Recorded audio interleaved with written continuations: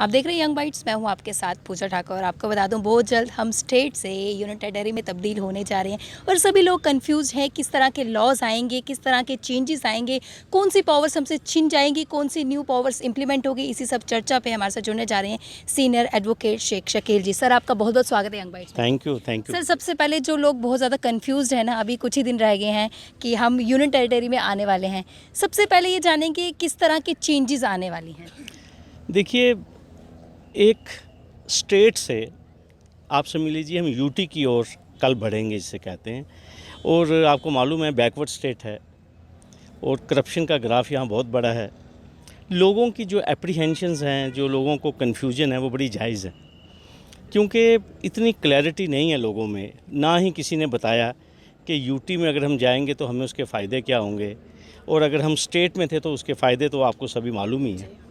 अब जहाँ तक एक परसेप्शन है, यहाँ पे आप देखिए इस टाइम एक बड़ी उलझन सी है, कन्फ्यूजन का माहौल है। आप देखिए पूरे हमारे जम्मू खित्ते में भी और कश्मीर में तो आपको पता है ट्रबल ऑलरेडी वहाँ चल रही है। आज 85-87 डेज़ हो गए हैं।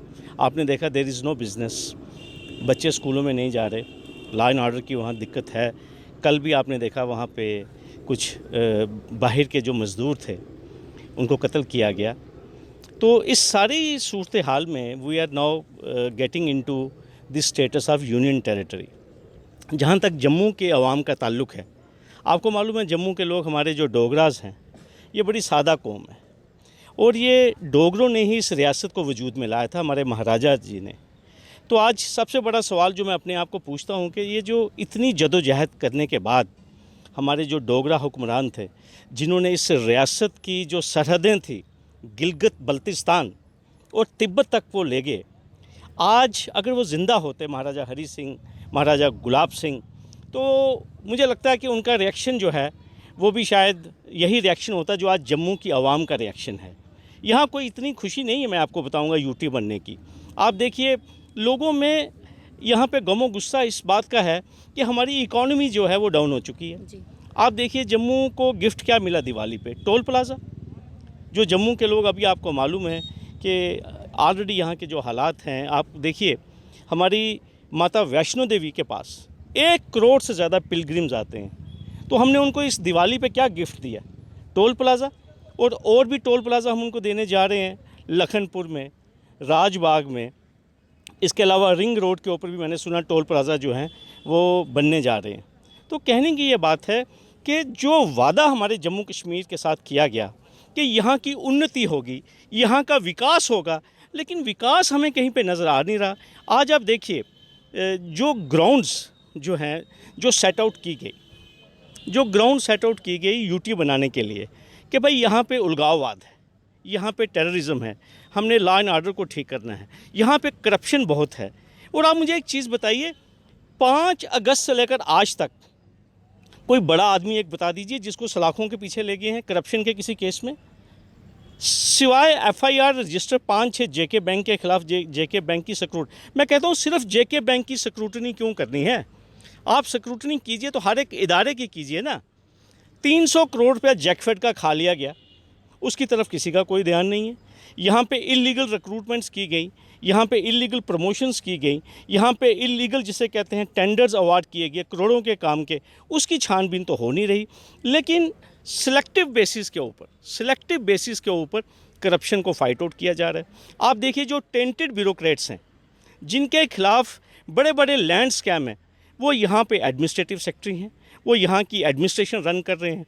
तो हम मुझे समझ नहीं आ रही कि एक तरफ से तो ये कहा जा रहा है कि साफ़ और शफाफ एडमिनिस्ट्रेशन दी जाएगी, एक गवर्नेंस दी जाएगी, लेकिन हमें तो कुछ नज़र आ नहीं रहा। आने वाले समय में क्या होगा क्या नहीं होगा ये तो आने वाला वक्त बताएगा, लेकिन अगर अकॉर्डिंग टू लॉ बात की जाए तो स्टेट के ऐसे कौन से अधिकार छीन जाएंगे और सेंटर के कौन से अधिकार जो है इम्प्लीमेंट होंगे? क्या फ़ायदा, क्योंकि फ़ायदा नुकसान हर चीज़ में होता है, तो ऐसा क्या फ़ायदा क्या नुकसान रहने वाला और कौन कौन से जो है लॉज इम्प्लीमेंट होंगे सेंटर के? और देखिए सबसे पहला नुकसान जो हमारे राज्य के लोगों का होने जा रहा है, we are going to lose the status of a permanent residents of the state. आप ये देखिए हमारी रियासत में जॉब्स जो हैं, हमारे लोगों को पढ़ने के बाद एक अट्रैक्शन है कि हमें नौकरी मिलेगी, हमें रोज़गार मिलेगा। आज आप देखिए अगर हमारी रियासत में किसी को मुंसिफ लगना है तो सिर्फ परमानेंट रेजिडेंट ही मुंसिफ लगते थे। किसी को डॉक्टर बनना है, इंजीनियर बनना है या किसी भी असामी के लिए अगर आपको अप्लाई करना है तो परमानेंट होना, रेजिडेंट होना लाजमी था। अब हमारे जम्मू के बच्चे को, हमारे जम्मू कश्मीर के बच्चे को अब कम्पीट करना है बिहार के साथ, दिल्ली के साथ, झारखंड के साथ, केरला के साथ। अब जो हमारी जो एम्प्लॉयमेंट अपॉर्चुनिटीज़ हैं, no those are expose to all the citizens of India and we are not entitled for the protection of permanent resident. दूसरी बात मैं आपको जो कहना चाहता हूँ, हमारे जो लैंड लॉज हैं, हमारे जो लैंड लॉज हैं उसमें प्रोटेक्शन थी हमारे पास कि सिर्फ रियासत का जो मुस्तकिल बाशिंदा है वही यहाँ पे ज़मीन खरीद सकता था या वो ज़मीन को रिटेन कर सकता है। लेकिन जब यूँ ही हमारा जो कॉन्स्टिट्यूशन ऑफ जे.एंड.के है, जहाँ पे परमानेंट रेजिडेंट की डेफिनेशन दी गई है, जब हमारा कॉन्स्टिट्यूशन ही ख़त्म हो गया तो हमारी ये जो बार था कि भाई बाहर का आदमी यहाँ पे ज़मीन नहीं खरीद सकता है, अब वो भी बार जो है वो यहाँ से मुकम्मल हट गया है। तो ये तो मैं आपको कहूँगा सीधा सीधा दो बातें जो हैं, जो कि हमारा एक स्पेशल एक स्टेटस था जिसको हम एंजॉय करते थे। आज आप देखिए हमारे वकील आज जम्मू में हड़ताल पे हैं और आज पिछले 7 दिनों से प्रोटेस्ट कर रहे हैं, क्योंकि हमारे यहाँ पे जो निज़ाम था, जो रजिस्ट्रेशन ऑफ डॉक्यूमेंट्स हुआ करता था, वो यहाँ पे जुडिशल ऑफिसर्स किया करते थे। लेकिन अब जो रीऑर्गेनाइजेशन एक्ट आ चुका है जो कि पार्लियामेंट ने पास किया, अब उसके मुताबिक ये सारा मामला जो है वो रेवेन्यू वालों के पास जा रहा है। और मैं आपको बता दूं 2,500-3 हज़ार हमारे जो वकला हैं जम्मू में, they are going to be jobless.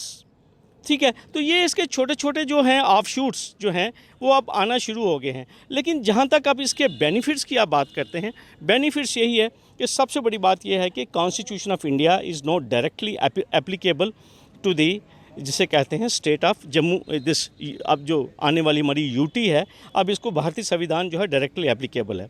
अब ये तो वक्त ही बताएगा कि जो यूटी बनने के बाद यहाँ पे कोई विजिबल चेंज नज़र आएगी या नहीं आएगी। लेकिन जो मैंने आपसे अपने जज्बात का इजहार किया, ये मेरे जज्बात जो थे, क्योंकि हम 5 अगस्त से लेकर जो आज तक के हालात देख रहे हैं, हमें यहाँ पे कोई नुमायाँ तब्दीली जो थी वो ऐसी नज़र नहीं आई। जिस तरह के हमसे वादे किए गए, जिसे कहते हैं कि यहाँ का विकास करना है, यहाँ की उन्नति करनी है, यहाँ पे उलगाववाद काम करना है। आप देखिए, मैं कश्मीर के बारे में टिप्पणी करना चाहता हूँ।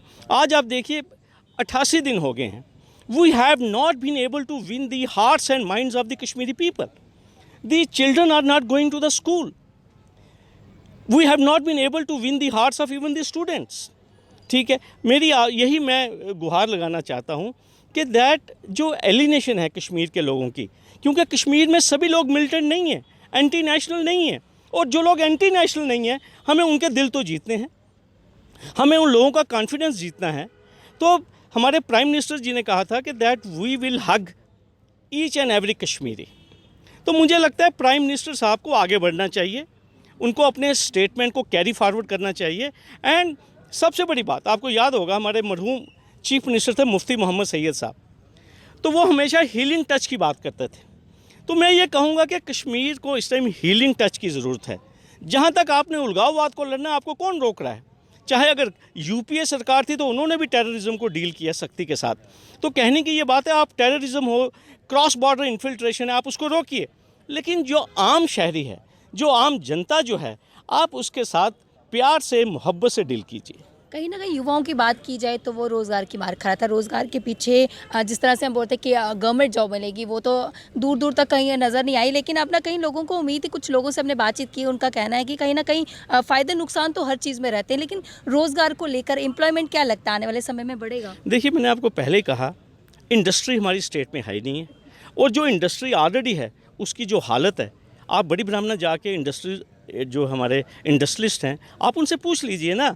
अभी 2 दिन पहले दिवाली थी, आप जम्मू के ट्रेडर को पूछ लीजिए कि दिवाली पे कितनी बिक्री हुई है, कितना ट्रेड हुआ है। मैं आपको ये चीज़ कहूँगा कि पिछले 2-2.5 महीनों से सिर्फ रियासत जम्मू कश्मीर में नहीं, ट्रेड ओवरऑल जिसे कहते हैं, और आप देख रहे हैं कंट्री में ओवरऑल जो इकोनॉमिक पोजीशन है, जो डाटा है, जो ग्राफ है, वो काफ़ी डाउन जा रहा है जिसे कहते हैं।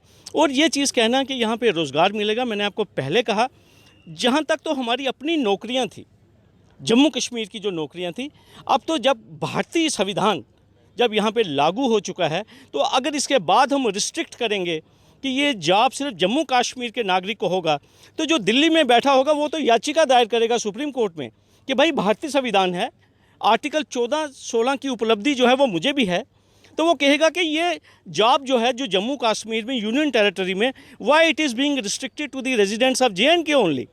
ये डोमिसाइल की बात कर रहे हैं। देखिए अल्टीमेटली जो पैरामाउंट कंसिडरेशन होगी वो भारतीय संविधान को होगी। तो यहाँ पे कोई भी शख्स बाहर का जो रहने वाला है, अब तो मेरे देश का, भारत देश का रहने वाला है, वो भी यहाँ पे जॉब्स के लिए अप्लाई कर सकता है। और जिस तरह मैंने आपको पहले कहा, हमारे पास ऑलरेडी एक बहुत बड़ा एम्प्लॉयमेंट क्राइसिस यहाँ पे है। यहाँ पे कोई इंडस्ट्री नहीं है जहाँ पे आप हमारे बच्चे एडजस्ट होंगे, या ऐसी कोई फैक्ट्री नहीं है जहाँ कोई 50,000 या 1 लाख या कोई हैवी टूल्स की कोई ऐसी फैक्ट्री नहीं है। यहाँ सभी को अट्रैक्शन है तो गवर्नमेंट जॉब की है। तो जब गवर्नमेंट जॉब के लिए जम्मू कश्मीर के बच्चे को देश के बाकी हिस्सों के बच्चों के साथ अगर compete करना है, तो आप सोच सकते हैं कि वेयर वी स्टैंड। जी, thank you so much sir हमारे साथ जुड़ने के लिए और सारी जानकारी देने के लिए। Thank you very much.